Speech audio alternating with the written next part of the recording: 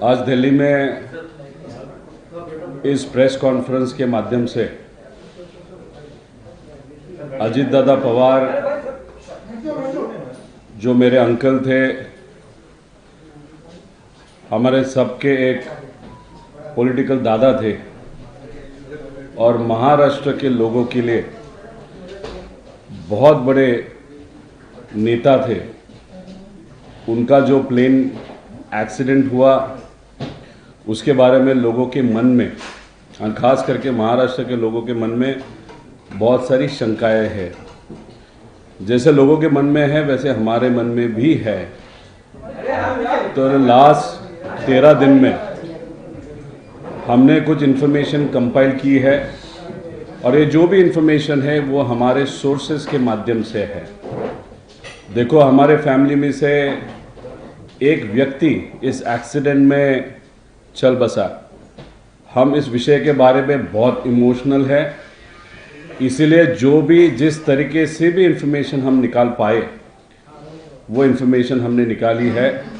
हम तो सरकार में नहीं है, लेकिन कोई भी विषय को लेके अगर आप आगे जाते हो, मन से काम करते हो, तो कुछ ना कुछ तो इन्फॉर्मेशन हमारे पास आती है। उसके बेसिस पे ये प्रेजेंटेशन हमने बनाया है।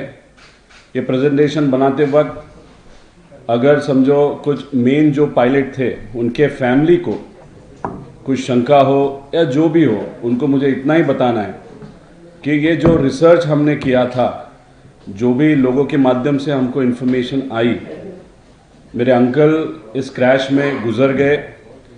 ये इन्फॉर्मेशन को कंपाइल करने के बाद हमारे मन में कुछ शंकाएं हैं और ये शंकाएं यहाँ पे हमने प्रस्तुत की है। इसीलिए कोई भी अगर इस विषय को पर्सनल लेता है, उनको मुझे बताना है कि हमने भी ये विषय को पर्सनल लिया है। अभी इस प्रेजेंटेशन में अगर आप देखो तो ये बेसिक इन्फॉर्मेशन है, ये आप सबके पास है। मैं क्योंकि कल का जो प्रेजेंटेशन हुआ तो 1 घंटे से आगे गया था, ये प्रेजेंटेशन बहुत जल्दी से जल्दी मैं ख़त्म करके आपके प्रश्नों को मैं वहाँ पे देखूंगा। तो ये बेसिक इन्फॉर्मेशन है। एयरक्राफ्ट का टाइप, कितना किलोमीटर आगे। अभी ये सबसे फास्ट है, 51,000 फीट पे चलने वाला एयरक्राफ्ट है। वैसे कंपनी कैनेडियन है, लेकिन ये एयरक्राफ्ट 2010 में यूएसए में बनाया गया था। 16 साल पुराना ये एयरक्राफ्ट है। आगे ये एयरक्राफ्ट का बेसिक डिज़ाइन है। लेफ्ट साइड का जो है वहाँ के आसपास, थर्ड जो आपको विंडो दिख रहा है उसके आसपास अजीत दादा वहाँ पे बैठे होंगे, ऐसे हम सबको लगता है। आगे ये शेयर होल्डर्स है, वहाँ पे विजय कुमार सिंह, सिम्मी सिंह जी उनकी वाइफ है, ये शेयर होल्डर है। विस्ता सेल्स प्राइवेट लिमिटेड में इतने सारे हैं। आप अगर डिटेल में जाओगे कंपनी लॉ बोर्ड तो आपको बहुत सारी इन्फॉर्मेशन इस पर पता चल सकती है। और ये जो रोहित सिंह है जो डायरेक्टर है, वो विजय कुमार सिंह का बेटा है और वो खुद इस VSR कंपनी में एक पायलट है। आगे अभी ये टाइम लाइन है, 7 बजे हमारे इंफॉर्मेशन के हिसाब से अगर ये देखो तो ये एक ग्रुप का चैट है। आगे जाके मैं इसके बारे में बताऊंगा। 7 बजे से लेके 8-10 तक टेक ऑफ होने तक क्या क्या हुआ था वो विषय आया था। सबसे इंपॉर्टेंट इसमें है मनोज पवार, ये हैंडलर है एरो कंपनी का। महाराष्ट्र में 2 कंपनियां हैं, साई और एरो, जिनको काम दिया गया है to coordinate and book the aircraft, of which Manoj Pawar is most probably the handler of Aero Company। उन्होंने captain checking visibility at Baramati 7 बजे की 3 मिनट, ऑल ओके सर, मतलब विजिबिलिटी इज ओके, ऐसे उन्होंने ग्रुप पे वहां पे भेजा।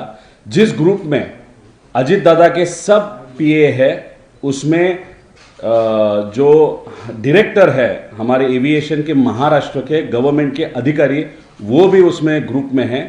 महाराष्ट्र का जो ऑफिशियल पायलट है प्लेन का, हेलीकॉप्टर का, वो भी इस ग्रुप में है। इसलिए ये जो ग्रुप है बहुत इंपॉर्टेंट है। ये टेक्निकल इंफॉर्मेशन मनोज पवार ने भेजी थी। Visibility at Baramati is okay. आगे फिर उसके बाद अगर आप देखो ये टाइमलाइन है जहां पे 756 एयरक्राफ्ट का कांटेक्ट हुआ था Mumbai airport radar, take off 8:10।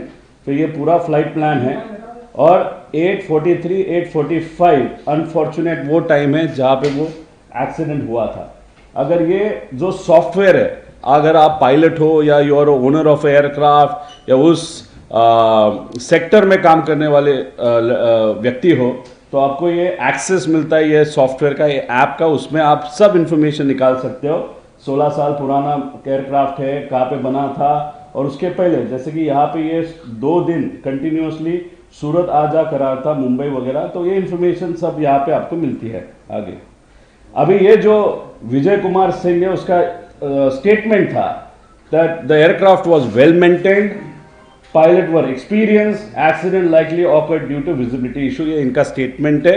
ये स्टेटमेंट ही कुछ गलत है, और विजिबिलिटी के बारे में मैं आपको बताता हूं। आगे अभी ये लोकल व्यक्ति है जो बता रही है मराठी में कि जो विमान का साउंड है, एक गांव है, गांव के ऊपर से रोज एयरक्राफ्ट वहां पे ट्रेनिंग के जाते हैं, या नया कोई भी एयरक्राफ्ट आता है तो ऊपर से जाता है, तो लोगों को मालूम है। उनका कहना है इस स्टेटमेंट के माध्यम से, जो प्लेन दादा को लेके घूम रहा था, बिकॉज उन्होंने एक राउंड अबाउट भी लिया था, तो उसका आवाज बहुत अलग था, गलत था, और वो एयरक्राफ्ट बहुत लो था यूजुअल टाइम के हिसाब से। आगे ये एयरक्राफ्ट का वीडियो है जो आप सबने देखा होगा।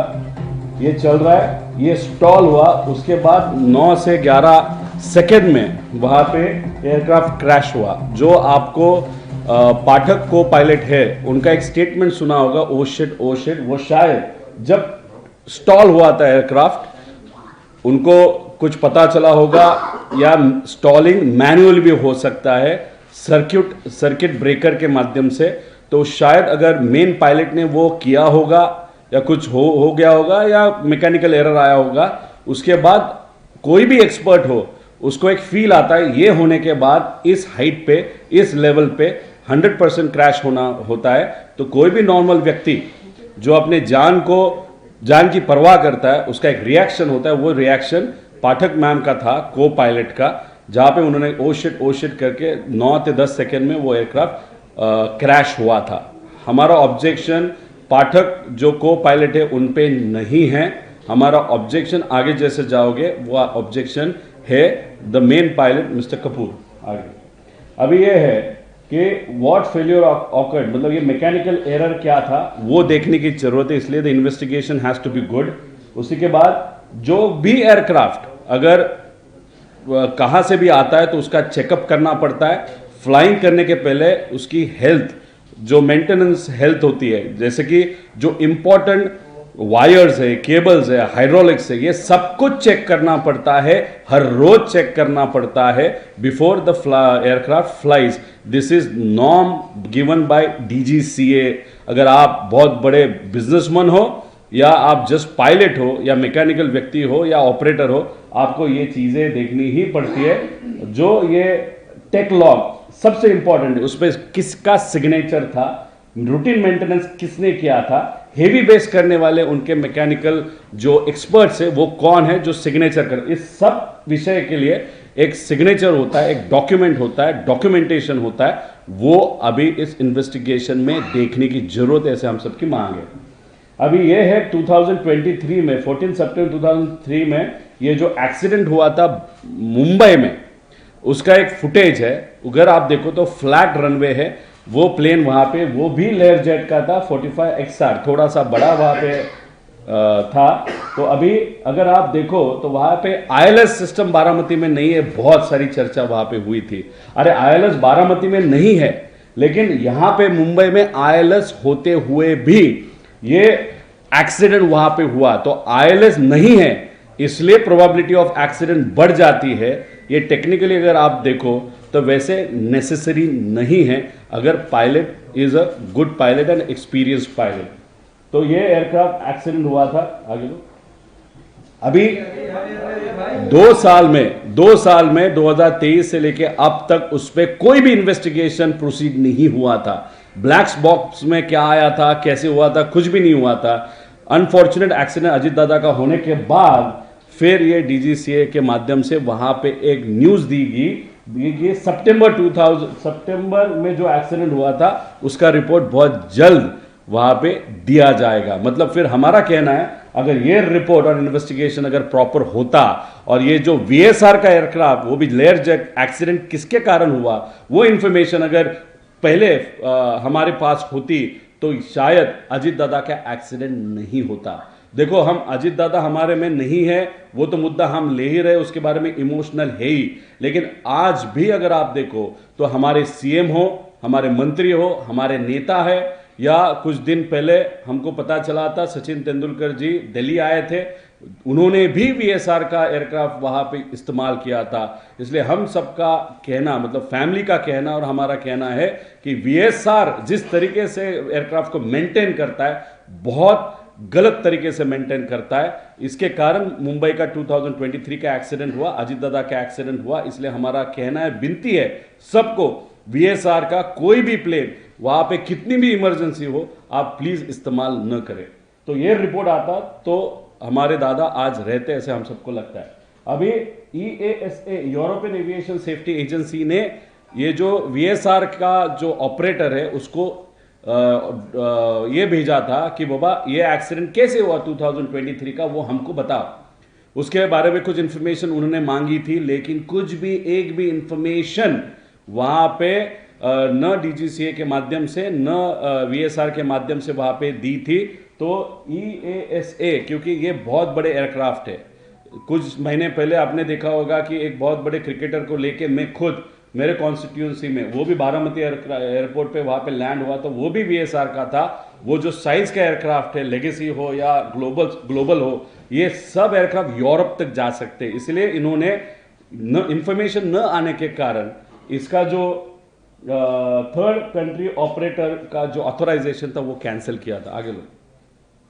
आगे ये सब विषय EASA ने एक्शन लेके ये पूरा जो उसका लाइसेंस था वो कैंसिल किया। और कल जब मेरा प्रेजेंटेशन हुआ था, ये इंफॉर्मेशन कल मैंने नहीं दी थी, लेकिन कल कुछ बहुत सारे सीनियर जो पत्रकार है जो एविएशन सेक्टर हैंडल करते हैं, उन्होंने मुझे बोला कि ये विषय जो रिपोर्ट है वो यूरोपियन एजेंसी को DGCA के माध्यम से कुछ दिन पहले देने वाले, कुछ मतलब 15-20 दिन पहले देने वाले थे, लेकिन एक व्यक्ति ने उसको जानबूझ के रुकाया। वो व्यक्ति कौन, ये आगे जाके शायद हमको पता चले, लेकिन that person is a political person, that too experience in aviation.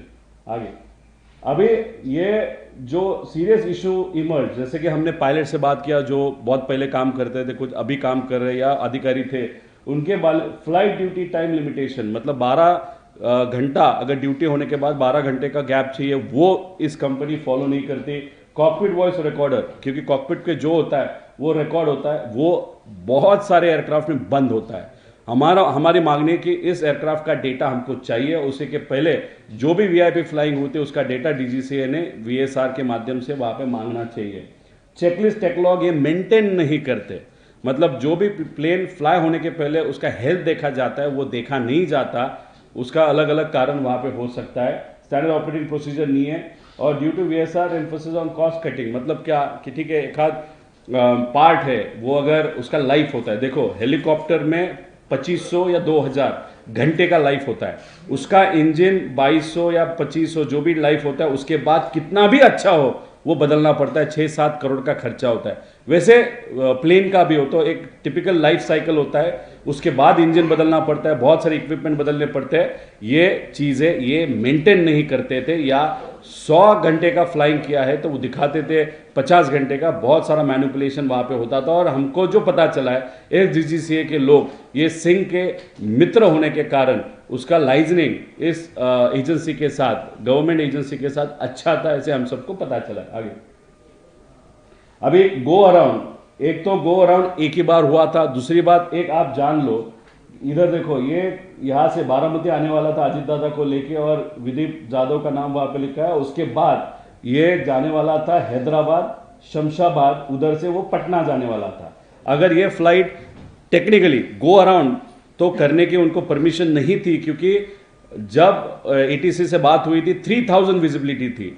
कोई भी विमान ये DGCA कहता है, उसका रूल बुक है 5000 मतलब 5 किलोमीटर का विजिबिलिटी कम से कम चाहिए, तभी वो टेक ऑफ कर सकता है या लैंड हो सकता है। यहाँ पे निकलते वक्त भी जो विजिबिलिटी थी 3000 थी, लैंड करते वक्त भी 3000 थी। फिर इसने टेक ऑफ क्यों किया? अगर टेक ऑफ किया तो गो अराउंड किया, और एक बार क्यों नहीं किया? और कभी भी एक आध प्लेन उड़ता है, अगर कुछ भी एरर जो लैंडिंग एयरपोर्ट पे आता है तो उसको बैकअप एयरपोर्ट देना पड़ता है, जो शायद पुणे का था, तो वो पुणे क्यों नहीं लेके गए? ऐसे प्रश्न हम सबको वहां पे पढ़ते हैं। आगे अभी देखो, ये स्टॉल वार्निंग सिस्टम इसकी बंद थी, ऐसे हम सबका कहना है। ये अश्योर्ड है क्योंकि उनके कंपनी में काम करने वाले एक बंदे ने हमको बताया कि इसमें वो प्रॉब्लम था। और दूसरी बात, जैसे आपका एक वॉकी टॉकी होता है, आप बटन दबाते हो तो आगे वाले को आपका आवाज जाता है, लेकिन वो नहीं बोल सकता। वैसे प्लेन में पीटीटी होता है, वो जो दबाना पड़ता है वो को पायलट दबाती है या दबाता है, तो वो उसके हिसाब से वहां पे कॉकपिट में जो चर्चा है वो एटीसी को सुनाई देती है। अभी पीटीटी दबाने के बाद भी ये स्टॉल वार्निंग सिस्टम, अगर मूवी में अगर आप देखो तो वहां पे जब प्लेन नीचे आता है या कुछ भी प्रॉब्लम आता है तो प्लेन ही आपको बताता है बॉस ये होने वाला है या ये हो रहा है। ये स्टॉल वार्निंग सिस्टम, जैसे वो स्टॉल हुआ था, नीचे गिरा था, तो ये स्टॉल वार्निंग सिस्टम ये बंद थी, ऐसे हमको वो पता चला है। और पुश टू टॉक पीटीटी जो है, वहां पे बटन दबाने के बाद भी एटीसी को कोई भी ऐसे वार्निंग वहां पे सुनाई नहीं दी जो सुनाई देनी चाहिए थी। That means that stall warning system was of. आगे अभी दूसरा ये बंदा मराठी में बात करता है, मैं ज्यादा क्लोज नहीं जाऊंगा, लेकिन उसने क्या कहा है कि जनरली प्लेन एक हाइट पे उड़ता है, लेकिन उस दिन का जो प्लेन है लोगों के हिसाब से वहां का जो मंदिर है, क्योंकि हमारे यहाँ पे अगर आप मंदिर देखो तो उसका जो ऊपर का पोर्शन होता है वो थोड़ा सा ऊंचा होता है, तो उनका कहना था ऑलमोस्ट लोगों को लगा कि ये अभी शायद वो जो top most part of temple है उसको वो टच होगा। अभी ये टच होने के सिस्टम को क्या कहते हैं? वो EGPWL, enhance ground proximity warning, मतलब एक लेवल के नीचे warning land approaching, warning land approaching, ऐसा कुछ उनका एक वार्निंग होता है, वो भी बंद था, वो भी पीटीटी में अनफॉर्चुनेटली वहां पे नहीं आया था। उसी के साथ अगर आप देखो तो आगे, तो अभी हेवी बेस मेंटेनेंस, अभी serious issue heavy base maintenance के बारे में हमको पता चाहिए कि वहां पे कौन व्यक्ति है, कैसे। जैसे कि एमआरओ होते हैं, इस भारत में 2 मेन एमआरओज है, और ये वीएसआर जो कंपनी है उसका खुद का इनबिल्ट और इंडोर या खुद का एक अलग सा एमआरओ वहां पे था, मतलब जो मेंटेनेंस वहां पे करते हैं उसके बारे में डिटेल्स हमको चाहिए। एमआरओ एक बहुत इंपॉर्टेंट विषय होता है क्योंकि वहां पे जो मेंटेनेंस किया जाता है प्लेन का, कोई भी बड़े प्लेन का, भारत में 2 ही एमआरओज है, और उसमें से एक एमआरओ शायद पास में वो प्रफुल्ल जी पटेल साहब का वहां पे था। अभी उसमें क्या रिलेशन है वो मुझे नहीं मालूम, लेकिन उसी के साथ अगर आप देखो तो एमआरओ, जैसे एमआरओ के लोग अगर इधर से निकाल दिया तो ज़्यादा से ज़्यादा वो दूसरे एमआरओ में जा सकते हैं, जैसे मीडिया में होता है, इस मीडिया से गए तो दूसरे मीडिया में जाते हैं। तो ये जो वीएसआर का जो एमआरओ था या मेंटेनेंस का हब था, वहां पे कौन कौन काम कर रहा था, उसके पहले वो कहाँ पे काम कर रहे थे, ये इन्वेस्टिगेशन प्रॉपरली वहां पे होना चाहिए, ऐसे हम सबकी वहां पे मांग है। और उसके बाद लीगल अथॉरिटी, ये सब कुछ विषय जो यहाँ पे दिए हैं उसकी डिटेल्स हम सबको वहां पे चाहिए। आगे अभी दूसरी बात जो वीएसआर के बारे में बताया गया कि वीएसआर में बहुत सारे बात एक्स्ट्रा फ्यूल टैंक जो अलाउड नहीं है, वो भी वहां पे विमान के पीछे जो एक बैग रखने की जगह थी वहां पे इलीगली वहां पे रखा जाता था। इसलिए हमको जो हैंगर होता है या हैंगर के बाहर का जो सीसीटीवी होता है, जो भी वीएसआर के जहां पे भी प्लेन लैंड हुए, मेंटेन हुए, हैंगर है या उनका एमआरओ है, वहां के सब डिटेल्स हमको वहां पे चाहिए, ऐसे हम सबका कहना है। क्योंकि अगर एडिशनल टैंक विदाउट परमिशन अगर आप रखोगे कॉस्ट कटिंग के माध्यम से, जो हमको एक्स पायलट ने वहां पे बताया कि इनको एक आदत थी ऐसे इलीगल विषय करने की, तो at that height for that plane that extra fuel which you are carrying in the can acts like a bomb, that needs to be noted. आगे अभी देखो हमको क्या जो क्लियरेंस इंजीनियर है, ऑफिसर है, उसके इंक्वायरी उनकी होनी चाहिए, क्वालिटी इंजीनियर की इंक्वायरी, मेंटेनेंस इंजीनियर की इंक्वायरी। ईएसए ने जो टीसीओ लाइसेंस वहां का जब्त किया था उसका रिपोर्ट अभी तक क्यों नहीं गया इतने साल के बाद डीजीसीए, और ये जो वीएसआर कंपनी उसके बारे में वहां पे चाहिए था। अगर ईएसए जो यूरोपियन एजेंसी है उन्होंने उनका लाइसेंस बंद कर दिया, कैंसिल किया, तो इंडिया में वो क्यों नहीं हुआ? और यूएसए ने, यूरोपियन इतनी स्ट्रिक्ट एजेंसी ने, अगर L1 मतलब लेवल 1 का वहाँ पे जो वार्निंग है देने के बाद भी अगर यहाँ पे VSR चल रहा है, तो हमारे सब VIP लोग हैं या इंडस्ट्रियलिस्ट है, बिजनेसमैन है, जो VSR के विमान इंडिया में यूज कर रहे हैं, तो ये सब क्रीम जो पॉपुलेशन है उनके लाइफ के साथ जो VSR खेल रही है, उसको किसने सपोर्ट किया, इसकी इंफॉर्मेशन सरकार के माध्यम से, एजेंसी के माध्यम से हमारे पास वो आनी चाहिए, ऐसे हम सबको लगता है। आगे अभी देखो बुकिंग फ्लाइट, ये बहुत इंटरेस्टिंग विषय है। कोई भी VIP मंत्री हो, उसका एक ग्रुप होता है। उस ग्रुप में अगर आप ये GR देखो महाराष्ट्र शासन का, वहां पे साई एक हैंडल करता है, एरो नाम की एजेंसी हैंडल करती है। इसमें 2 अलग अलग ग्रुप्स होते हैं। अगर 1 तारीख से 15 तारीख तक हमको बुकिंग करना है तो साई का ग्रुप इस्तेमाल किया जाता है महाराष्ट्र में, और अगर 15 से 31 तक करना है तो एरो का इस्तेमाल किया जाता है। उसमें डायरेक्टर एविएशन महाराष्ट्र से लेके महाराष्ट्र के ऑफिशियल जो पायलट्स है, उसके साथ सब PA होते हैं और हैंडलर होते हैं, ये सब वहां पे उस ग्रुप पे होते हैं। उस पे अगर आप देखो 7:13 27 तारीख शाम को ये प्लेन बुक हुआ था। मतलब अजीत दादा का प्रोग्राम ये गाड़ी का था, प्लेन का नहीं था। प्लेन का बुकिंग कब हुआ? जब उनको 27 तारीख को उनकी मीटिंग्स, उनका काम ये लेट होने के कारण उनको 7:13 पे वहां पे रिक्वेस्ट भेजा गया 27 तारीख को, जिसपे क्रिस्टोफर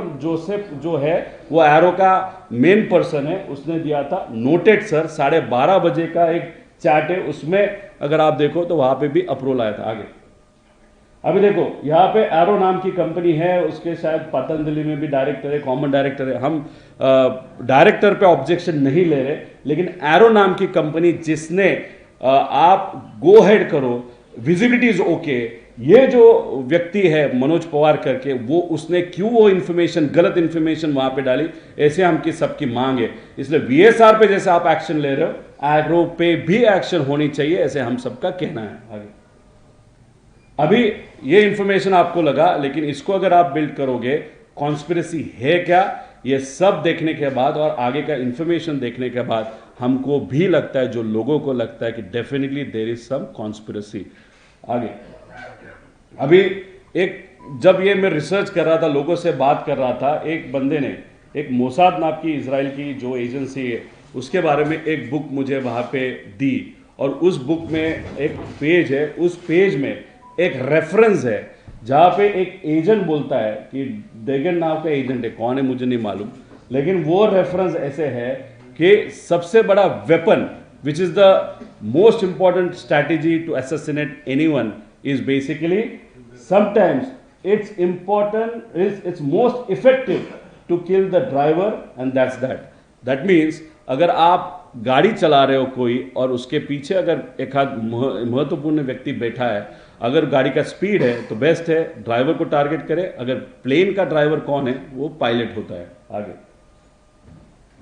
अभी ये लोगों के मन में है कि शेड्यूल क्यों चेंज हुआ, why did he stay back on 27? That is a basic प्रश्न। अभी देखो जो स्टोरी लाइन हुआ, मैं किसी पे ऑब्जेक्शन ले रहा हूँ या उनके ऊपर मैं मतलब ये इन्वेस्टिगेशन उनके ऊपर जानी चाहिए ऐसे नहीं कह रहा हूँ, लेकिन 27 को क्या हुआ और 28 को क्या हुआ, ये 2 चीजें मैं आपको बताऊंगा। 27 को कैबिनेट की बैठक महाराष्ट्र में अजीत दादा और सब मंत्रियों की थी। 12 साढ़े 12 बजे वो खत्म हुई होगी। दादा ने अपने स्टाफ को बताया था कि 5 बजे तक गाड़ियां रेडी रखो, शायद पुणे जाना पड़ेगा।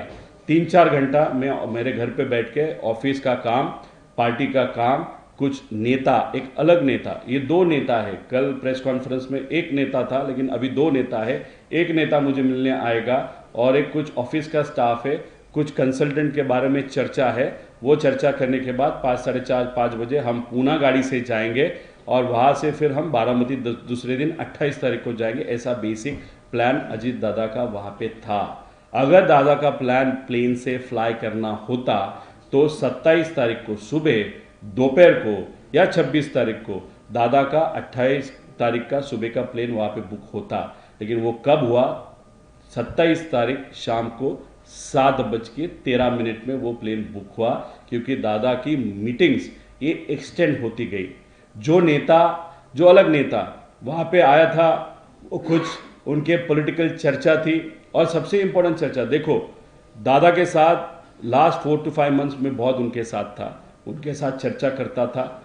जो कल एक प्रेस कॉन्फ्रेंस है, उस प्रेस कॉन्फ्रेंस में मैं जो विलीनीकरण का विषय है वो आपको डिटेल में बोलूँगा। दादा बहुत ओपनली मेरे साथ बात करते थे, और उसी के साथ जब भी मेरे साथ करते थे, उनके जो बहुत प्राइवेट और इम्पॉर्टेंट जो पीए और उनके साथ 20 साल से काम करने वाले लोग वहाँ पे थे, इसलिए वहाँ पे क्या चीज़ें हो रही है उसकी इंफॉर्मेशन डेफिनेटली हमारे पास वो आती थी। मतलब हम सर्विलेंस करते थे वैसे नहीं, प्यार से आती थी इंफॉर्मेशन, वहाँ पे हमको मिलती थी। तो वहाँ पे जो चर्चा 27 तारीख को चल रही थी, और शायद वो हीटेड चर्चा थी, एक पॉलिटिकल कंसल्टेंसी के बारे में उनका जो सर्विसेज है, वो सर्विसेज अपने को कैंसिल करने पड़ेंगे, ऐसी भूमिका अजीत दादा की वहाँ पे थी। क्योंकि इतने सारे पैसे देने के बाद भी अगर परफॉर्मेंस वहाँ पे मिल नहीं रहा, तो वो सर्वे के लिए ही वो एजेंसी हम इस्तेमाल करेंगे, लेकिन पॉलिटिकल एडवाइस के लिए नहीं।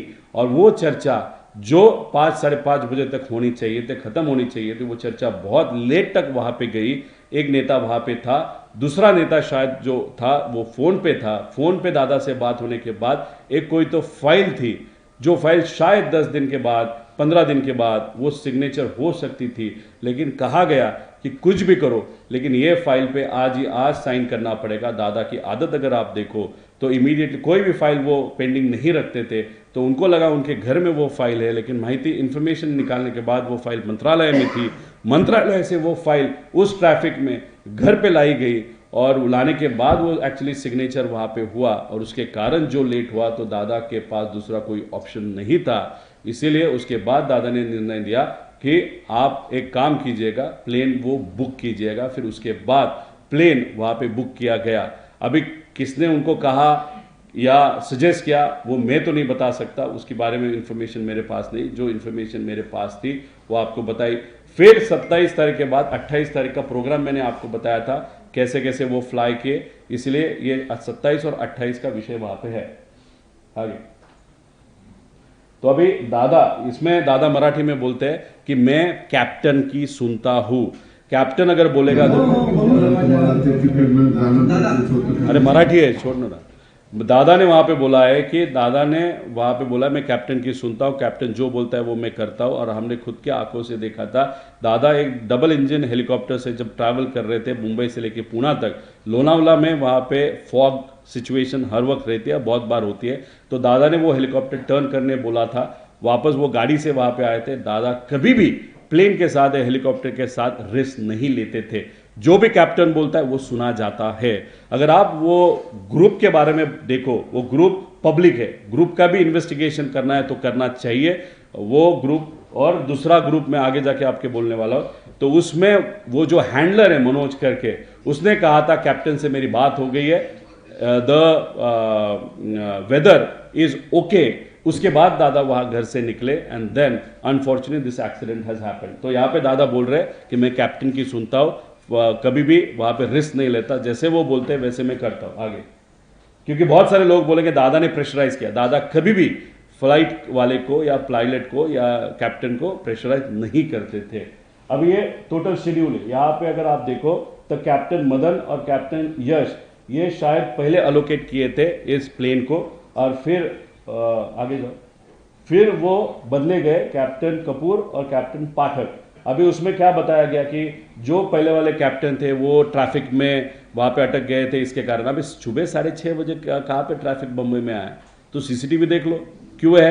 उनकी वाइफ जो है, मतलब कैप्टन मदन, उनके वाइफ ने एक ट्वीट किया था, मेरे हस्बैंड को कुछ नहीं हुआ, प्लीज़ आप कंडोलेंसेस मैसेजेस हमको मत भेजो। मतलब वहाँ पे लोगों को भी लगा, चर्चा भी हुई थी कि शायद कैप्टन मदन ही है, लेकिन कैप्टन मदन नहीं थे, कैप्टन कपूर थे और पाठक वहां पे थे। आगे देखो, Manoj Pawar, good morning, all crew reach airport 7 बजे।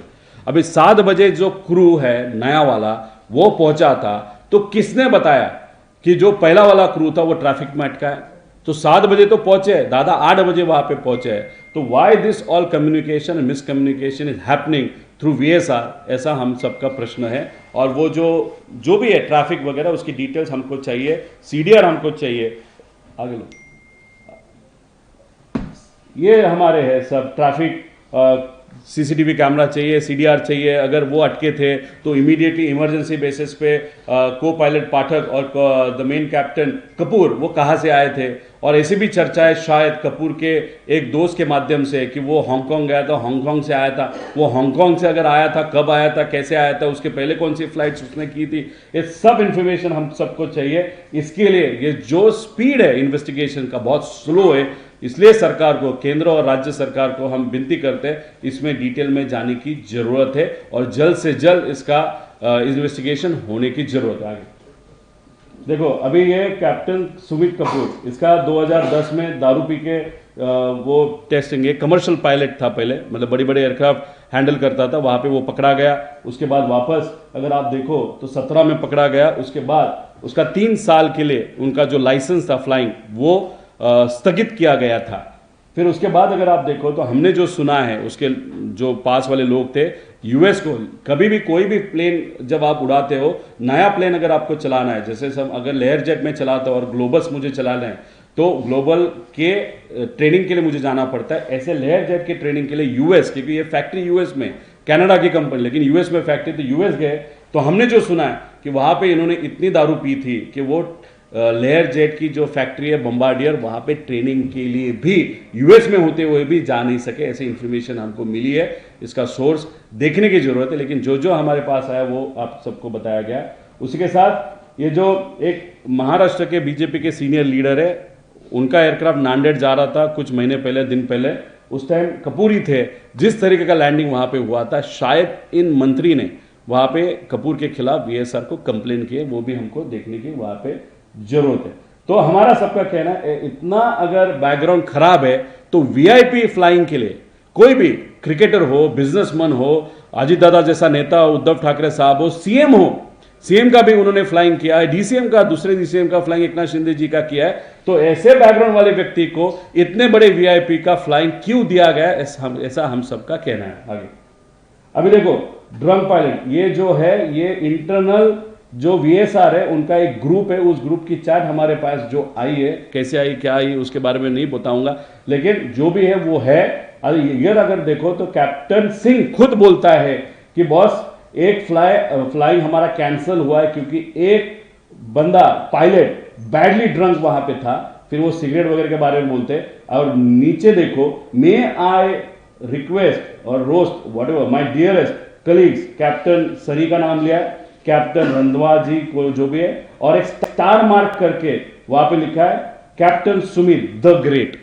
जब भी दारू के बारे में चर्चा हो और कोई भी गलत चीज, द ग्रेट कब लिखा जाता है, जब एक आधा व्यक्ति रेगुलर ऑफेंडर है तब द ग्रेट वहां पे लिखा जाता है। नीचे कैप्टन रोहित, अभी ये रोहित डायरेक्टर है, अगर रोहित सिंह है डायरेक्टर, अगर दारू पीता है और उसका जो मेन बॉस है वो उसको टारगेट करता है, तो डायरेक्टर ही अगर दारू पी के वहां पे पार्टी कर रहा है तो फिर कोई भी पायलट कर सकता है, क्योंकि पायलट का कॉन्फिडेंस बढ़ सकता है। जो ये गेस्ट हाउस है, उस गेस्ट हाउस के सीसीटीवी फुटेज हम सबको चाहिए, इसे हम सबकी मांग है। आगे अभी देखो, दूसरे company owner send this message, और एक ग्रुप है, वहां पे क्या दिखा गया कि यहाँ पे कैप्टन सिंह बोल रहे हैं, ये जो भी है, हाँ ये देखो, you will please you be sober, do not do evening stunts, let me know. मतलब किसको? कैप्टन सुमित भाई, मतलब कपूर। फिर कपूर ने नीचे लिखा है कॉपीड सर। अगर उन्होंने गलत एलिगेशन किया होगा कि तू दारू नहीं पीता, तू ये मतलब दारू पीता है, अगर ये दारू नहीं पीता होगा तो बोलेगा sir I don't drink, but वहां पे ये जो विषय लिखा था उसने सुमित ने रिप्लाई, कपूर ने जो रिप्लाई किया कॉपीड सर, मतलब he knew he was at fault many a times. आगे ब्रेथ एनालिसिस का रिपोर्ट चाहिए, अभी जो हमको पता चला उसका फोटो भी निकलता है, उसका सीसीटीवी फुटेज भी हमको चाहिए। आगे अभी देखो, पीआईबी ने जो रिपोर्ट किया था, डीजीसीए ने जो बताया उसके हिसाब से रिपोर्ट किया था, टाइम किया था 8:18 पे। और ये जो प्लेन है बारामती एटीसी के कांटेक्ट में आया था, लेकिन एटीसी का ट्रांसक्रिप्ट अगर देखो, वहां पे हमारे स्टैम्प ट्रांसक्रिप्ट हमारे पास है, टाइमिंग है 8:19, लोग बोलेंगे 1 मिनट का क्या फर्क पड़ता है, ये इतना फास्ट एयरक्राफ्ट है, 1 मिनट में 15 किलोमीटर ट्रैवल करता है, 1 मिनट का 1 सेकेंड का भी इंपैक्ट होता है। स्टॉल होने के बाद 9 सेकेंड में प्लेन वहां पे क्रैश हुआ था, 9 सेकेंड में ये चीजें हो सकती है। इसलिए 1 मिनट का फर्क, ये जो पीआईबी को डीजीसीए ने इंफॉर्मेशन जो दी उसमें और जो ट्रांसक्रिप्ट हमारे पास है उसमें फर्क क्यों है, ऐसे हम सबका कहना है। आगे अगर उसी के साथ अगर देखो 8:44 में वो क्रैश हुआ था, इसके वो अंदाज है, लेकिन अगर 8:44 पे जो पाठक को पायलट है उनका कहना है ओ शिट। उसके बाद 7-8 सेकेंड में वो क्रैश हुआ था, मतलब 44.20 सेकेंड्स, मतलब 44 मिनट्स का ये बात कर रहे पीआईबी। और जो ट्रांसक्रिप्ट है वो बोल रहा है 8:44.20, 20 सेकेंड, मतलब 5-6 किलोमीटर का ट्रैवलिंग वो हो सकता है, कुछ बहुत सारी चीजें वहां पे हो सकती है। तो ये जो टाइमिंग का फर्क है वो क्यों, ऐसा हम सबकी मांगनी है। आगे अभी ये देखो, ये क्या होता है कि कोई भी फ्लाइट जब फ्लाई होता है तो रडार, उसका जो फ्लाइट का रडार होता है वो कनेक्टेड होता है। अभी अगर आप देखो तो यहाँ पे ये सब है। अभी लोग बोलेंगे टाइमिंग गलत है, वैसे नहीं होता। ये यूटीसी टाइम जो होता है वो 3.13, उस पर 5 घंटा ऐड करोगे तो ये जो एंड है टाइम 8:43 आगे लो। अभी ये रडार सिस्टम जो है ऐसा रिपोर्ट होता है, वो रिपोर्ट हमारे पास आया है, जो मैंने आपको एक वेबसाइट दिखाई थी, सॉफ्टवेयर दिखाया था, उस पर वो इंफॉर्मेशन है। लेकिन इसका जो ट्रांसपॉन्डर होता है रडार के साथ जो कनेक्ट करता है, वो मैन्युअली शायद 1 मिनट पहले बंद किया था, और वो बंद करने के कारण लास्ट हमको 1 मिनट पहले का उसका हाइट पता है, उसका स्पीड पता है, वो अलाइन हुआ था कि वो अलाइन हुआ था, मतलब जो लैंडिंग जो स्ट्रिप है उसके साथ। लेकिन 1 मिनट में क्या हुआ वो हमको पता नहीं चल रहा। हमारा कहना है कि ट्रांसपॉन्डर ये विमान के अंदर से जानबूझ के बंद किया गया था, ताकि उसका रिकॉर्ड कहाँ पे भी न रहे। तो ट्रांसपॉन्डर क्यों बंद किया, ऐसी हम सबकी मांग है। आगे अभी देखो, ये this is the tallest part, जो लोग बोलते हैं hill side, this is 11 number this strip and this is 29। तो एक ही स्ट्रिप है, लेकिन एक साइड को 11 नंबर बोलते हैं, दूसरे साइड को 29 नंबर बोलते हैं। अभी देखो, ये है 11, तो यहां पे हाइट है, और ये है 29, ये एमआईडीसी के बाजू, ये फ्लैट है, जैसे मुंबई का फ्लैट था वैसे। अगर 29 पे लैंड होता तो इतना बड़ा एक्सीडेंट नहीं होता, शायद आज अजीत काका, अजीत दादा हमारे पास होते। लेकिन जानबूझ के 2 बार नंबर 11 क्यों मेन पायलट के माध्यम से मांगा गया? बिकॉज देखो, को पायलट जब बात करती है वो सिर्फ बात करती है, दिमाग कौन लगाता है? तो मेन पायलट लगाता है। मेन पायलट ने जानबूझ के 2 बार 11 नंबर का, मतलब हाइटेड, जो एलिवेटेड है, जो डिफिकल्ट है, और उसी के साथ 11 पे लैंड होते वक्त आगे सनलाइट भी थी। अगर 29 पे लैंड होता, क्योंकि वहां पे जो विंड का स्पीड है वो बहुत लो था या 0 था, तो 29 वॉज द बेस्ट ऑप्शन। आगे सनलाइट नहीं होता, फ्लैट एरिया रहता, हिली एरिया नहीं होता। तो ये जो हमको चर्चा है कि बहुत ऊंचा था, बहुत रिस्की था, उसकी कोई भी जरूरत नहीं। अभी लोग कहेंगे उसने मांगा था क्या? उसने 8:27 को रनवे 29 मांगा, लेकिन वापस 8:29, मतलब 27 को मांगा, 8:29 को उसने वापस 11 मांगा।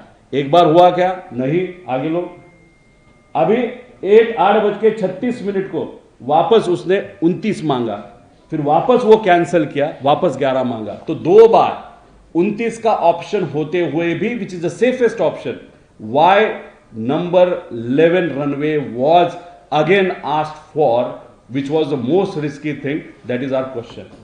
अभी ये वीडियो है, आप बोलोगे, बहुत जन बोल रहे हैं कि वहां पे विजिबिलिटी का विषय नहीं था। देखो, ये जो कर्सर है वो वीडियो शायद आपने देखा, प्ले करो ना, नहीं हो रहा, लेकिन आपके पास हम भेज देंगे। तो यहां पे प्लेन नहीं दिख रहा, प्ले करो ना। अभी वहां पे देखो, ये कुछ लाइन आई, फिर बॉम्ब ब्लास्ट हुआ, प्लेन नहीं दिखा, लाइन दिखी। तो लाइन क्या है वो भी हमारा कहना है, वो आग है या रिफ्लेक्शन है, वो हमको देखने की जरूरत है। ये वीडियो किसी के पास नहीं था, कल से ये वीडियो आप सबके पास आया होगा, वो हमने वहां से एयरपोर्ट के यहां से निकाला है। और वहां पे अगर आप देखो तो मतलब प्लेन नहीं दिखा, लेकिन स्पोर्ट दिखा, बॉम्ब मतलब जो भी आग दिखी, that means visibility was an issue. आप बोलोगे विजिबिलिटी वॉज एन इशू, तो वो तो सिंह भी बोल रहा है, लेकिन आगे जाके आगे लो, अभी ये है visual flight rules of DGCA. वो कहते हैं 5000 मीटर की विजिबिलिटी होने ही चाहिए before take off and before landing. फिर अगर ये विषय है, if that is the rule, and वो 8:31 को विजिबिलिटी इज 3 किलोमीटर, ये बारामती एटीसी ने बोलने के बाद वहां से ही वो प्लेन टर्न होके पुणे लैंड होना चाहिए था। फिर ये रूल होते हुए भी जो मेन पायलट है कपूर, उन्होंने वो ओवर रूल क्यों किया, या उनके ऊपर प्रेशर था वीएसआर का, अरे बिजनेस हमारा जा सकता है, धंधा हमारा बैठ सकता है, हमको 10 लाख का भाड़ा वहां पे नहीं मिलेगा क्योंकि हमको आगे हैदराबाद जाना है। तो ये चीजें ध्यान में रख के इन्वेस्टिगेशन होने की जरूरत है, ऐसे हम सबका मांगना है। और उसी के साथ ये रूल होते हुए भी अगर आप देखो, वो हैंडलर जो कपूर है एरो का, उसने वहां पे बताया कि विजिबिलिटी इज क्लियर। तो विजिबिलिटी जो क्लियर नहीं थी, तो फिर पवार ने, जो भी मनोज पवार है जो भी है, उसने क्यों वहां पे बताया, एरो ने क्यों बताया कि विजिबिलिटी है? क्योंकि वो रिपोर्ट देखने के बाद पीए ने अजीत दादा को बताया कि अभी हम जा सकते, विजिबिलिटी इज ओके। अजीत दादा ने वो एक्सेप्ट किया। कैप्टन ने उनको शायद बोला होगा कि इट्स ओके ओके, लेकिन एटीसी ने वो ओके कभी नहीं किया था। फिर ऐसा क्या हुआ, क्यों विजिबिलिटी न होने के बाद भी जानबूझ के वहां पे बताया गया कि विजिबिलिटी इज ओके? ऐसा हम सबका प्रश्न है। आगे, और ये टेंपल के ऊपर से गया आगे, मतलब टेंपल के ऊपर से गया, क्लोज से गया। अभी देखो यहां पे अगर ये नॉर्मल मैंने आपको दिखाया, तो वहां पे थ्रेशोल्ड, वहां पे कभी भी प्लेन लैंड नहीं करना होता है, उसके आगे एक एमिंग पॉइंट होता है, उसके हिसाब से प्लेन लैंड करना पड़ता है। जैसे ये थ्रेशोल्ड है, लेकिन अगर लास्ट 1 मिनट का ट्रांसपॉन्डर बंद होने के बाद हमको हाइट मालूम नहीं, लेकिन अगर प्लेन जो टेंपल है उसके ऊपर से बहुत नजीक से गया, जो यूजुअल नहीं है, that is something which is abnormal after you talk to all the villagers. So that means ये प्लेन ट्रांसपॉन्डर बंद करने के बाद जानबूझ के इस हाइट पे लिया गया था कि आगे जाके ये जो हिली एरिया है वहां पे अगर ये प्लेन उस रनवे पे जाता भी था, तब भी ये रनवे पे लैंड नहीं होता, वो हिली एरिया का जो ये बाजू है वहां पे लैंड होता था। मतलब मन में था या प्लान किया था, या ऐसे क्या हो गया कि वो शायद उनके दिमाग में था कि कोई भी हालत में प्लेन को क्रैश ही करना है, उस एंगल से उसकी हाइट नीचे की थी क्या, और वो हाइट किसी को भी पता न चले, इसलिए ट्रांसफॉर्मर बंद किया था का ट्रांसपॉन्डर। फिर ऐसा हुआ क्या कि को पायलट पाठक जब उनको दिखा कि ये कुछ तो गलत हो रहा है, उनके माध्यम से फिर बचाने की कोशिश, फिर उसके बाद वो स्टॉल हुआ क्या, मतलब लेफ्ट को गया था क्या, मतलब को पायलट पाठक की कोई भी गलती नहीं, ऐसे हम सबका कहना है। लेकिन कपूर के मन में शायद ऐसे था कि ये कोई भी हालत में क्रैश करना, ऐसी शंका है। ये शंका किसको ये क्लियर करनी है? तो इन्वेस्टिगेशन एजेंसी को क्लियर करनी है, ऐसे हम सबकी मांग है। क्योंकि 11 चाहिए 2 बार बताया गया, 29 का ऑप्शन होने के बाद भी ट्रांसपॉन्डर वहां पे बंद किया था, और उसी के साथ पीटीटी के माध्यम से हमको पाठक का आवाज वहां पे सुनाई दे रहा था, जो हमको पता चला है। लेकिन वहां पे जो कपूर है उसका एक भी बार आवाज नहीं आया था। अगर आप भी गाड़ी चलाते वक्त कोई भी रिक्शा वाला अचानक से बीच में आता है, कोई भी व्यक्ति वहां पे बीच में आता है, या कोई भी एनिमल बीच में आता है, तब भी हमारा रिएक्शन, हम गाली देते हैं या कुछ बोल देते हैं, या मन में जो भी होता है वो बोल देते हैं, बक देते हैं। यहां पे नेचुरल रिएक्शन पाठक का था, because may be she had nothing in her mind, she was just flying like a normal जो रूटीन था। शायद इनके मन में, जो कपूर के मन में कोई तो कुछ तो था, कुछ तो प्रेशर था, जिसके कारण उनका एक भी बार आवाज नहीं आया। तो वो सो रहे थे क्या, या उनके हेल्थ को कुछ हुआ था, या जानबूझ के उन्होंने डिसाइड किया था कि अभी क्रैश ही करना है? अगर उनके हेल्थ को कुछ इश्यू होता तो पाठक ने पहले ही मेडे करके वो बनाना चाहिए था। लेकिन मेडे जो टेक्निकल वर्ड है वो इस्तेमाल इसलिए क्यों नहीं हुआ, क्योंकि अचानक से वो जो मेन पायलट है उसके माध्यम से कुछ हुआ होगा, जो पाठक को पता चला होगा कि ये अभी हाथ से हमारे गए, तो इसलिए उनका normal natural reaction as a normal human being वो था। That means Pathak may not be involved in this particular accident, but Mr. Kapoor could be involved in this particular accident. This is what we feel. आगे ये है दादा का tour क्यों change हुआ, aircraft का टाइमिंग क्यों चेंज हुआ, पायलट क्यों चेंज हुए, उसी के साथ डिस्पेरेंसीज जो सेंट्रल रिपोर्ट है और एटीसी की ट्रांसक्रिप्ट है उस पर डिस्पेरेंसी क्यों आई, लैंडिंग क्यों किया गया, टेक ऑफ क्यों किया गया अगर वहां पे विजिबिलिटी नहीं थी, और उसी के पास 11 नंबर का रनवे क्यों मांगा गया, जो बाकी टेक्निकल डिटेल जो हमने मांगे थे कि वॉइस रिकॉर्डिंग वगैरह है क्या, ब्लैक बॉक्स के बारे में भी हमारी मांगनी कि ब्लैक बॉक्स जब भी उसका रिपोर्ट आएगा तब उस रिपोर्ट जब भी वो प्रस्तुत किया जाएगा फैमिली मेंबर और दूसरे लोगों को भी उसमें इन्वॉल्व होना चाहिए, ऐसे आप सबकी मांगनी है। और ये पायलट कुछ भी बात नहीं कर रहे थे, ये भी हमारा सबका कहना, ये जो लोअर एल्टीट्यूड जो नीचे आया गया वो ट्रांसपोंडर बंद किया गया, ऐसे बहुत सारे विषय आ गए। तो ऐसे बहुत सारे है। दूसरी फॉरेंसिक टीम जो वहां पे आई थी वो शाम को आई थी, इतना बड़ा नेता वहां पे एक्सीडेंट हुआ है तो फॉरेंसिक टीम, जैसे हम पूना से अगर बारामती रीच होना है तो हमको 2 घंटा लगता है, लेकिन हम इतना इमोशनल थे कि ड्राइवर को बताने के बाद हम 1 घंटा में पूना से वहाँ पे जो हॉस्पिटल में वहाँ पे पहुँचे थे 1 घंटे में। तो ये तो अर्जेंसी थी कि हम प्यार करते थे, वो हमारे अंकल थे, हमारे नेता थे, इसलिए हम पहुँच गए। तो आप 3 घंटे में पहुँचो, शाम को पहुँचने की क्या ज़रूरत थी। और दूसरी बात जो लोगों के मन में, शायद मैं कल भूल गया था बोलने में, जो डॉक्टर से हम बात कर रहे थे, दादा की जो बॉडी थी वो स्वेल हुई थी। मैंने पूछा ये आग जब हम एक्सपीरियंस करते तो स्वेल होती है क्या, उन्होंने कहा हाँ स्वेल बॉडी होती है, लेकिन अजीत दादा की बॉडी ये अब नॉर्मली ज़्यादा स्वेल हुई थी। वो क्यों हुई थी वो भी देखने की वहाँ पे ज़रूरत है। उसके साथ वो कंपनी VSR जो भी व्यक्ति है उस पर वहाँ पे गुना दाखिल होना चाहिए, जो भी मालिक है और उसके जो भी टेक्निकल स्टाफ से लेकर सबका इंक्वायरी होना चाहिए। जो लोग उनको छोड़ के गए उनका भी इंक्वायरी, लेकिन अच्छी तरीके से, to know what were the faults of VSR। और VSR का बिजनेस अभी से अभी आज के बाद बंद होना चाहिए, क्योंकि ये रिस्क है ऑल VIPs के लिए, क्योंकि ये बंदा कभी भी वहाँ पे मेंटेन नहीं करता, ये कॉस्ट कटिंग वहाँ पे करता है। उसी के साथ ये जो AAIB जो ये है DGCA का, वो प्रॉपरली वहाँ पे, मतलब ये गवर्नमेंट के एजेंसी है तो डाउट बहुत सारे होते हैं, लोगों का कहना है इनके माध्यम से करो। महाराष्ट्र सरकार ने CID, मतलब CID सबसे बड़ी महाराष्ट्र की एजेंसी है, हम धन्यवाद करते हैं CM साहब का कि उन्होंने वो एक्सेप्ट करके CID को दिया, लेकिन CID को टेक्निकल चीज़ें नहीं पता चलने वाली, तो उनको जो एडिशनल हेल्प चाहिए वो सेंट्रल एजेंसी से मिल सकता है, CBI से मिल सकता है। CID तो चाहिए, सेंट्रल एजेंसी भी अगर CBI जैसे वहाँ पे इन्वॉल्व हो तो वो चाहिए। लेकिन हमारी मांग ऐसी है, आगे लो, यहाँ पे नेशनल ट्रांसपोर्टेशन सेफ्टी बोर्ड, ये जो US का है, क्योंकि ये प्लेन US में बना था, कैनेडियन कंपनी लेकिन US में बना था, तो वो एजेंसी को आप ला सकते हो।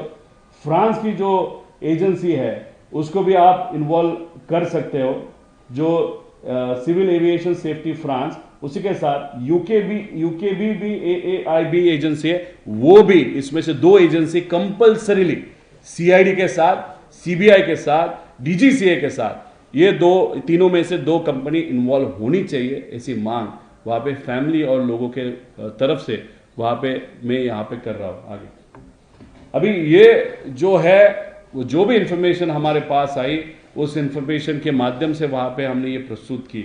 उसी के साथ आज दिल्ली आने का कारण, कल दोपहर शाम को सुप्रिया ताई जो हमारी आंट है, वो MP है, हमारे पक्ष के नेता है, उन्होंने अमित जी शाह साहब का टाइम मेरे बिहाफ वहाँ पे मांगा है। 4-5 बजे तक हम यहाँ पे वेट करेंगे, तब तक हमको लगा कि आपसे हम बात करें। उसी के साथ अमित शाह भाई के साथ अगर चर्चा हुई तो हम रिक्वेस्ट करेंगे उनको कि इन्वेस्टिगेशन ये प्रॉपर होना चाहिए। हम कोई भी पॉलिटिकल पार्टी या सरकार पे वहाँ पे ऑब्जेक्शन नहीं ले रहे, हम इसको अपोलिटिकली वहाँ पे देख रहे। लेकिन यहाँ पे अगर कोई भी मुझे पूछता है कि कुछ कॉन्स्पिरेसी है क्या, तो 100% कॉन्स्पिरेसी है।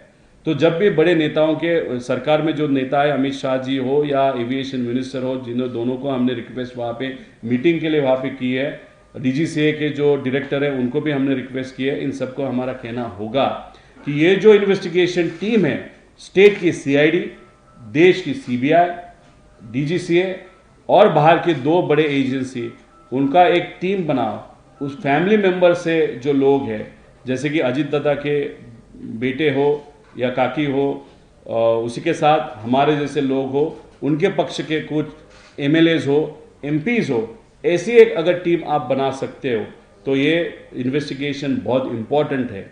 इससे दादा तो वापस आने नहीं वाले, लेकिन हमारे सबके मन में जो शंका है वो शंका पूर्ण होना, उसको आंसर मिलना बहुत इम्पॉर्टेंट है। क्योंकि इस तरीके से हम ध्यान में एक मन में एक शंका, एक क्वेश्चन है, और इस क्वेश्चन को लेते हुए आगे वाली ज़िंदगी हम जी नहीं पाएंगे। इसलिए इस क्वेश्चन के सब आंसर मिलने की वहाँ पे ज़रूरत है, तभी हम शांत वहाँ पे बैठ सकते हैं, महाराष्ट्र शांत वहाँ पे हो सकता है। और उसका सबसे बेस्ट माध्यम है ये हमारी जो मांग है, उस मांग के हिसाब से वहाँ पे इन्वेस्टिगेशन होने की ज़रूरत है। सिंह बहुत पहुँचा हुआ व्यक्ति है, वो इन्फॉर्मेशन वहाँ पे छुपा सकता है, मैनिपुलेट कर सकता है, डॉक्यूमेंट्स मैनिपुलेट हो सकते हैं। इसके पहले भी वो हुए थे। और ये जो यूरोपियन एजेंसी ने 2023 का जो वहाँ पे एक्सीडेंट हुआ था, उसका जो डॉक्यूमेंट, उसका इन्वेस्टिगेशन कंप्लीट है ऐसे हम सबको पता चला है। लेकिन वो इन्फॉर्मेशन किसने रुकाया, क्यों रुकाया गया, क्यों भेजा नहीं गया, वो रिपोर्ट क्या है, ये सब, और ये इन्वेस्टिगेशन का भी आगे के 1 महीने में हमको उसका रिजल्ट चाहिए। लोग बहुत कुछ बोलते हैं, जैसे कि कुछ लोगों का कहना है ब्लैक बॉक्स में कुछ इन्फॉर्मेशन नहीं आएगा, ऐसे होता ही नहीं, इन्फॉर्मेशन मिलता है। लेकिन जो गुजरात का एक्सीडेंट हुआ था उसमें पार्ट इन्फॉर्मेशन लोगों के सामने आया था, थोड़ा थोड़ा वहाँ पे आया था। इसमें हमारी मांग है कि पूरी इन्फॉर्मेशन हमारे सामने वहाँ पे आनी चाहिए। लोगों का ये प्रश्न है। उसके साथ जो हमको लोगों ने बताया कि प्लेन का 50 करोड़ का वहाँ पे इंश्योरेंस लिया गया था, वो सीरियसली लिया गया था। क्योंकि प्लेन की अगर कीमत आप 16 साल पहले की कीमत की निकालोगे 35 to 40 करोड़ से उसके आगे नहीं। और जो पायलट्स हैं उनके भी 1.5 से 2 करोड़ या 3 करोड़ इंडिविजुअल पायलट का वहाँ पे इंश्योरेंस है। इसके बारे में भी इंफॉर्मेशन हम सबको चाहिए। लेकिन इस एक्सीडेंट को कोई भी लाइटली नहीं लेना चाहिए। अनफॉर्चुनेटली 13-14 दिन में जिस तरीके का इन्वेस्टिगेशन होना चाहिए वो अनफॉर्चुनेटली नहीं हुआ। अभी एक्सपेडाइट करने की जरूरत है, ऐसी हमारी, लोगों की और महाराष्ट्र की और सबकी वो मांगे। ये इस प्रेस कॉन्फ्रेंस के माध्यम से आप सबको बताना था। धन्यवाद। सवाल है रोहित जी आपके लिए। रोहित जी एक सवाल है कि एक तरफ सुनेत्रा पवार और दोनों बच्चों के साथ में अभी शादी मिल रहे हैं, और दूसरी तरफ आप इस तरह की कॉन्फ्रेंस का आरोप लगा रहे हैं, तो आपको क्या कहना है कि आप? देखो, मेरे को कुछ नहीं कहना, मेरे मन में डाउट है, महाराष्ट्र के लोगों के मन में डाउट है, और हमारा अगर आप स्वभाव देखें, कुछ मन में है हम बोल के दिखाते हैं। उस तरीके से हमारे मन में जो भी डाउट है वो हमने बोल के दिखाया। अगर आप उस फैमिली की बात करो तो उनके अमोल मिटकरी और 2-3 लोगों ने कल सीएम साहब से मीटिंग की है। उन्होंने भी वहाँ पे कहा कि इन्वेस्टिगेशन होना चाहिए। जब मैं पार से मिला था, पार से जब बात हुई थी 13 दिनों में, तब उसके भी मन में बहुत सारे प्रश्न हैं। शायद इसी के कारण अमोल मिटकरी, ठोमरे मैडम, उसके बाबा पाटिल और 2-3 जन कल जाके सीएम साहब से मिले होंगे। मतलब पार वो जो सुनेत्रा काकी है उन्होंने शायद उनको बताया होगा, इसलिए वो कल गए थे। हम हमारा काम वहाँ पे कर रहे हैं और तब तक करते रहेंगे जब तक असलियत लोगों के सामने नहीं आती।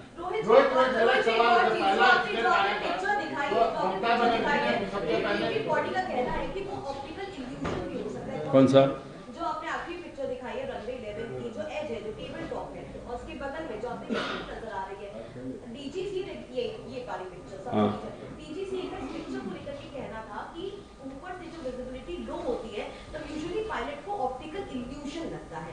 आप कह रहे कॉन्स्पिरेसी थ्योरी, लेकिन हो सकता है कि एक्सीडेंट। डीजीसी ने बताया ना, उनका ही रूल बताया ना, 5000 मीटर के पहले लैंड करना ही नहीं है, टेक ऑफ नहीं करना। फिर क्यों टेक ऑफ हुआ वो क्वेश्चन आप नहीं पूछ रहे हो डीजीसीए को, या डीजीसीए उसके बारे में नहीं बता रही। उसी के साथ ट्रांसपॉन्डर जो होता है वो क्यों बंद किया गया था, वो प्लेन इतना लो क्यों गया था। उसी के साथ उसके पास ऑप्शन था, फ्यूल भी था कि वो वापस पुणे जाके वहाँ पे लैंड हो सकता, क्यों नहीं लैंड हुआ। ऐसे बहुत सारे प्रश्न हैं। इसलिए ऐसे सिर्फ स्टेटमेंट दे के डीजीसी अगर इस इन्वेस्टिगेशन से भागना चाहती है वो हम होने नहीं देंगे। ये सब प्रश्न है, वो एक्चुअल प्रश्न है, टेक्निकल चीज़ें हैं। मेरा उनको कहना है कि आप सिर्फ खारिज करने के लिए इसका अपोजिट रिएक्शन मत देना। मैं रिक्वेस्ट कर रहा हूँ, मेरा ऑब्जेक्शन है डीजीसीए पे या क्वेश्चन मार्क है, ऐसे नहीं। डीजीसीए भी अच्छी ऑर्गेनाइजेशन है, लेकिन जिस तरीके का इन्वेस्टिगेशन हम सब ने किया है उस तरीके का या उससे अच्छा इन्वेस्टिगेशन यहाँ पे होना चाहिए, ऐसी हम सबकी मांग है। रोहित, सवाल है सबसे पहले कि पवार साहब ने जो एक्सीडेंट के बाद रिएक्शन दिया था, उन्होंने कहा था ये हादसा है। तो जो आपने कहा क्या इसमें पवार साहब की सहमति है? दूसरी बात आपने कहा कि कंस्पिरेसी थ्योरी है, तो क्या एक फाइल की चर्चा हो रही है कि कोई 100 करोड़ से ज्यादा की फाइल दादा के पास थी, क्या उस वजह से हो सकती है? या आपने एक पॉलिटिकल कंसल्टेंट के एजेंसी की नाम की, उसका नाम क्यों नहीं लेना है? उसका नाम आप सब जानते हैं, क्या वो उसका भी कुछ उसमें हाथ हो सकता है, या फिर इसका मतलब पॉलिटिकल है, दोनों एनसीपी के मर्जर से हो सकता है? नहीं, जो भी पॉलिटिकल कंसल्टेंट शायद आपको मालूम है, लेकिन एक चीज़ मालूम नहीं होगी, उस कंसल्टेंट के पास भी 2 हॉकर नाम के प्लेन है। शायद वो लास्ट 6 मंथ्स में 7 मंथ्स में उसने खरीदी की है। कौन से पार्टी के साथ उनका कॉन्ट्रैक्ट था, उस कॉन्ट्रैक्ट के माध्यम से इतना सारा पैसा आया, उसके कारण अगर आपने प्लेन लिए होंगे तो बहुत बड़ा इंपॉर्टेंट कॉन्ट्रैक्ट हो सकता है। वही कॉन्ट्रैक्ट अगर कैंसिल होगा तो कितना बड़ा लॉस हो सकता है। उसी के साथ पवार साहब के बारे में अगर बात करो तो पवार साहब ने रिएक्शन दी थी 6 से 7 घंटे बाद, इसलिए वो जो इन्फॉर्मेशन थी जो मेरे पास है 13 दिन के बाद, वो इन्फॉर्मेशन साहब के पास नहीं थी। उसी के साथ अगर आप देखो तो पवार साहब बहुत बड़े नेता है, उनको मालूम डेफिनेटली होगा कि दादा बहुत पॉपुलर नेता थे।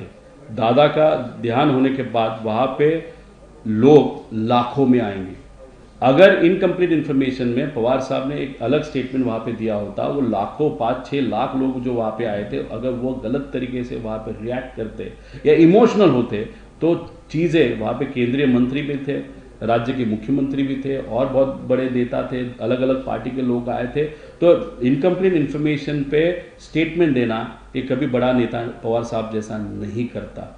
और यहाँ पे हम जो बात कर रहे हैं वो स्टडी करने के बाद जो भी डाउट है वहाँ पे आपके सबके माध्यम से एजेंसीज के सामने, लोगों के सामने वहाँ पे मान रहे हैं। दूसरी बात, पवार साहब को प्रेजेंटेशन दिखाया था क्या? तो नहीं दिखाया था, पवार साहब की हेल्थ खराब होने के कारण। लेकिन दूसरी बात आप सबको बताता हूँ कि जब भी आज तक मैंने स्टेटमेंट दिया है रोहित पवार करके, तब भी 7 सालों में एक भी कंट्रोवर्सी मेरे स्टेटमेंट के कारण नहीं हुई। न पवार साहब ने मुझे कहा कि ये तू क्यों बोला, किस लिए बोला। तो अगर उन्होंने उनका स्वभाव जानते वक्त उन्होंने आज तक मुझे नहीं टोका, दैट मीन्स उनका पूरा विश्वास मेरे स्टेटमेंट में, मेरे विचार पे और जिस तरीके से मैं रिसर्च करता हूँ उस पर शायद उनका विश्वास होने के कारण आज तक उन्होंने नहीं टोका। और इस बारे में भी उनके पास उनका कोई भी ऑब्जेक्शन नहीं। ऐसे कुछ लोगों से जो पवार साहब के साथ अभी है, उनके साथ बात करने के बाद मुझे पता चला है। एनसीपी मर्जर का क्या होगा?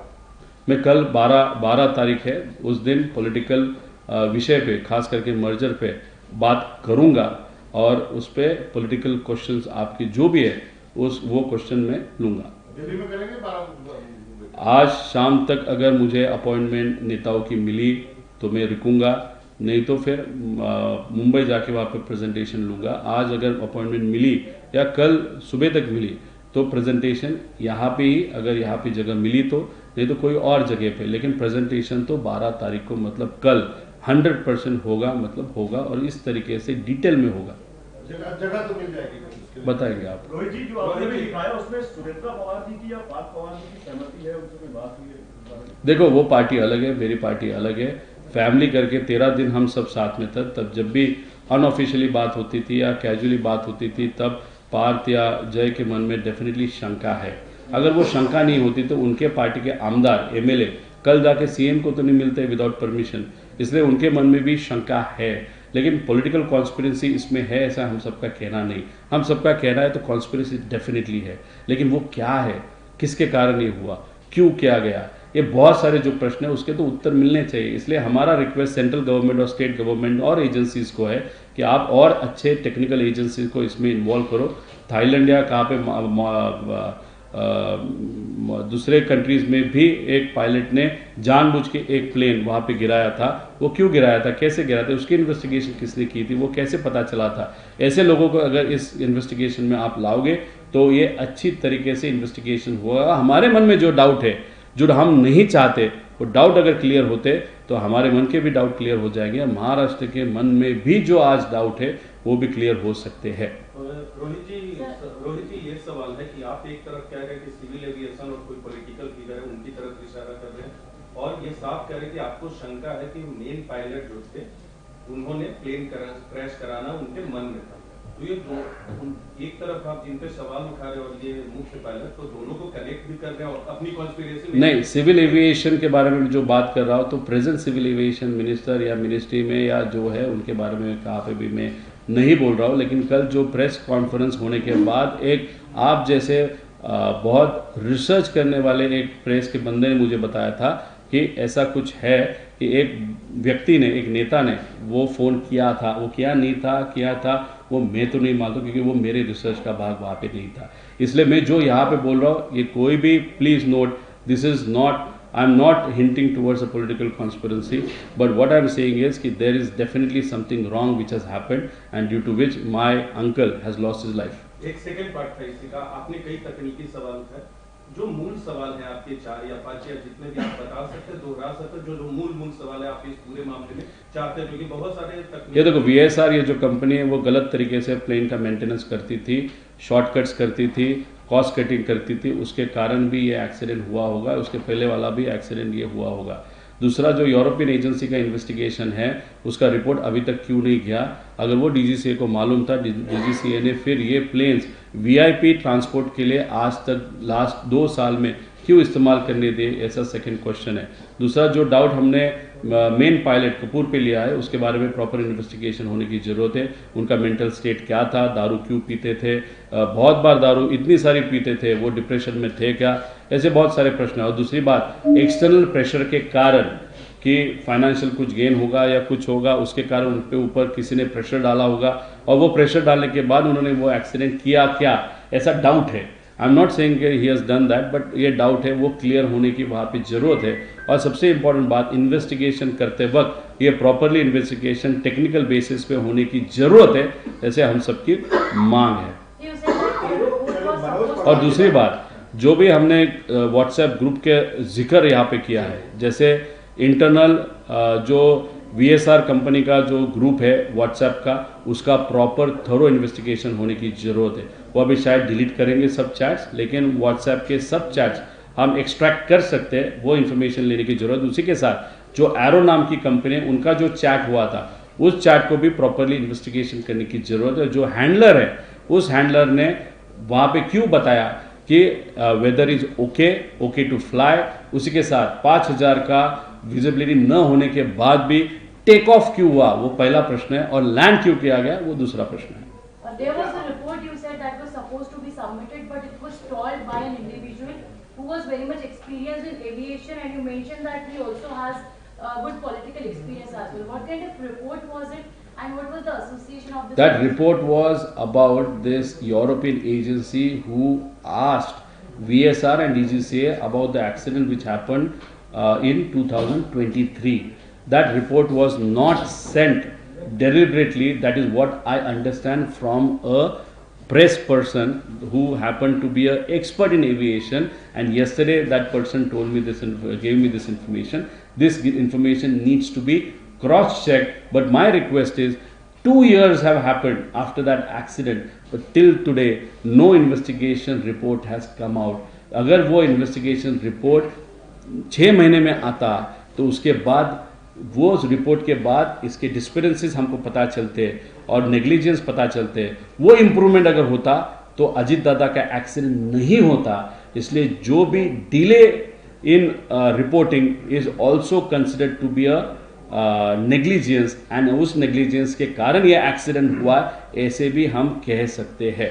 कि कौन लोग हैं जो VSR को इतना सपोर्ट करें, जैसे आपने 2023 के हादसे का जिक्र किया, आपने गलत जानकारी देने के बाद, तो क्या लगता है आपको कौन लोग हैं जो जिनकी मिली भगत से? इसलिए तो हम रिक्वेस्ट कर रहे हैं कि इन्वेस्टिगेशन होने की ज़रूरत है। कौन व्यक्ति है जो VSR कंपनी को सपोर्ट कर रहा है? इतना बड़ा हादसा 2023 में होने के बाद यूरोपियन एजेंसी ने उनको वहाँ पे उनका लाइसेंस कैंसिल करने के बाद भी इंडिया के बहुत सारे VIPs अलग अलग क्षेत्र के, पॉलिटिकल से लेके स्पोर्ट्स से लेके सिनेमा तक, उनको ये VSR का जो फ्लाइट है या प्लेन है वो इस्तेमाल करने की वहाँ पे परमिशन दी थी। उसी के साथ ये 27 प्लेन्स है, 27 प्लेन्स टोटली VSR का जो सिंह है उनके मालिकी का नहीं है। उसके बहुत सारे ऐसे इन्वेस्टर्स है, वो अलग अलग लोग हैं, इंडस्ट्रियलिस्ट है या कोई और है, उनके भी प्लेन ये मैनेज करते थे, दिखाते थे कि ये खुद के प्लेन है, ये प्लेन किसके है, कौन से हैं, ये जो 27 कंपनियां हैं वो किसकी कंपनियां हैं, इसमें डिटेल में जाने की ज़रूरत है। एरो नाम की जो कंपनी है वो भी कंपनी किसकी है वो भी डिटेल में जाने की वहाँ पे ज़रूरत है। अगर पैसा कमाने के लिए इतना बड़ा नेग्लिजेंस वहाँ पे किया जाता है या दोस्त की कंपनी को सपोर्ट करने के लिए इतना बड़ा नेग्लिजेंस किया जाता है, तो आगे जाके सेंट्रल गवर्नमेंट के मिनिस्टर्स भी ये वीएसआर का प्लेन इस्तेमाल कर रहे हैं, सचिन तेंदुलकर जैसे लोग भी ये वीएसआर का प्लेन इस्तेमाल कर रहे हैं, एक्टर से लेके लीडर्स तक। तो ये बहुत बड़ी गलती, जो भी व्यक्ति ने इसको सपोर्ट किया वो गलती की है। इसमें अनफॉर्चुनेटली मेरे अंकल का डेथ वहाँ पे हुआ है। मेरा रिक्वेस्ट यही है कि वीएसआर को आज के आज वहाँ पे बंद किया जाएगा, आरओ को आज के आज बंद किया जाएगा, क्योंकि हम पवार फैमिली को जो नुकसान वहाँ पे हुआ है, महाराष्ट्र को नुकसान हुआ है, वो कोई भी नेता जो पावर में है या नहीं है उनको, या जो भी अलग सेलिब्रिटी है उनको, उनके फैमिली को ये तकलीफ न हो, इसके कारण ये हम विनती करते हैं। Mr. Rohit, there are two aspects. One, that this could be an accident, and one, another conspiracy theory which you are suggesting. One, though none of the aircraft is allowed to fly without the airworthiness. This particular Learjet was airworthy. Second, it was not carrying fuel tank. It had fuel, but the fuel that the aircraft could carry because of the emergency situation. You spoke about visibility. जब कहीं visibility का issue होता है, roundabout होता है, emergency landing होती है, तो extra fuel होता है. Regulatory body और AAIP की प्रीलिम रिपोर्ट जो अभी तैयार हो रही है उसमें मेंशन कि भाई वहां पर फ्यूल उतना ही था एयरक्राफ्ट में जितना वो कैरी कर सकता है। प्लेन में MEL नहीं था। MEL मतलब ऐसी कोई इशू नहीं थी टेक्निकल जिसकी वजह से मेंटेनेंस इशू था। ऐसा भी तो हो सकता है कि VSR की जो खुद मेंटेनेंस की इशूज है उनके फॉल्ट की वजह से एक्सीडेंट ही हुआ हो, लेकिन आप कॉन्स्पिरेसी थ्योरी बन रहे हैं जिसकी एविडेंस नहीं है। मैम, अगर आपको DGCA ने इतनी सारी इंफॉर्मेशन बताई है तो नहीं, ठीक है, तो उनको मुझे कहना है कि जो भी रिसर्च आज तक आपके पास आया वो आप लोगों के पास लेके आओ ना। और दूसरी बात, एयर वर्दी प्लेन है, प्लेन दिखाते वक्त एयर वर्दी था, तो उसमें से कुछ इक्विपमेंट अगर निकाल के दूसरे प्लेन को लगाए होंगे ड्यूरिंग द रूटीन मेंटेनेंस, वो आपको मालूम है या DGCA को मालूम है? किसने चेक किया? वहां पे बहुत सारी बार लेयर जेट के उनके पास 7 प्लेन्स है, तो ये प्लेन का कुछ चीज दूसरे जगह पे दूसरे जगह पे ये लगा सकते हैं अगर आपका क्लाउड वहां पे DGCA में है जो VSR कंपनी का है, because it is the largest private plane management company in India. तो इसलिए आप एयरवर्दी है मतलब खत्म हो गए ऐसे मत समझो। आज एयरवर्दी दिख रहा है वो सिर्फ स्टैम्प करने के लिए, बाद में जाके कुछ भी हो सकता है, इसलिए हमने वो टेक्निकल रिपोर्ट्स वहां पे मांगे हैं। इसलिए ये एक्सीडेंट को सिर्फ हम एक राजनीति में एक व्यक्ति है और हम प्रेजेंट कर रहे हैं, इसलिए हम राजनीति इसमें कर रहे हैं। उसके कारण इसका काउंटर करने के लिए अगर गलत तरीके से विषय को कोई भी एजेंसी वहां पे दिखा रही है, मैं उनको विनती करना चाहता हूं, हम हमारे फैमिली में जो लॉस हो उसके बारे में तो हम डिटेल में मांग ही रहे, लेकिन दूसरे किसी का लॉस ना हो ये भी एक रीजन है ये प्रेजेंटेशन या ये प्रेस कॉन्फ्रेंस का। विमान उतरवाने से लेके जो इन्वेस्टिगेशन स्लो चल रहा है ऐसा आपका कहना है, उसको क्या आप कोर्ट में चुनौती देंगे? देखो, हम रिक्वेस्ट कर रहे हैं, अभी इतना बड़ा प्रेजेंटेशन करने के बाद हमारा ये एक्सपेक्टेशन है कि केंद्र सरकार और राज्य सरकार जो भी हमारी मांग है उसको सीरियस लेते हैं, बिकॉज हम पॉलिटिसाइज नहीं कर रहे। अगर इस विषय को हम पॉलिटिसाइज नहीं कर रहे तो उसका जेन्युइननेस उस एजेंसी और नेताओं को पता चलेगी, और ये जो इन्वेस्टिगेशन है जो धीमे गति से चल रही वो जरा सा स्पीड अप वहाँ पे की जाएगी, और अगर वो हो गए तो कोर्ट में जाने के कारण नहीं है, और हमको कोर्ट जाना ही नहीं है। हम अपेक्षा करते हैं, हमको विश्वास है कि राज्य सरकार और केंद्र सरकार और एजेंसी ये प्रॉपर्ली इन्वेस्टिगेट करेंगे, लेकिन करते वक्त हमारी ये भी रिक्वेस्ट है कि बाहर के अच्छे कंट्रीज की 2 एजेंसियां जिसको बहुत बड़ा अनुभव है इस टाइप के एयरक्राफ्ट के, वो एजेंसी को भी इस इन्वेस्टिगेशन का पार्ट किया जाना चाहिए।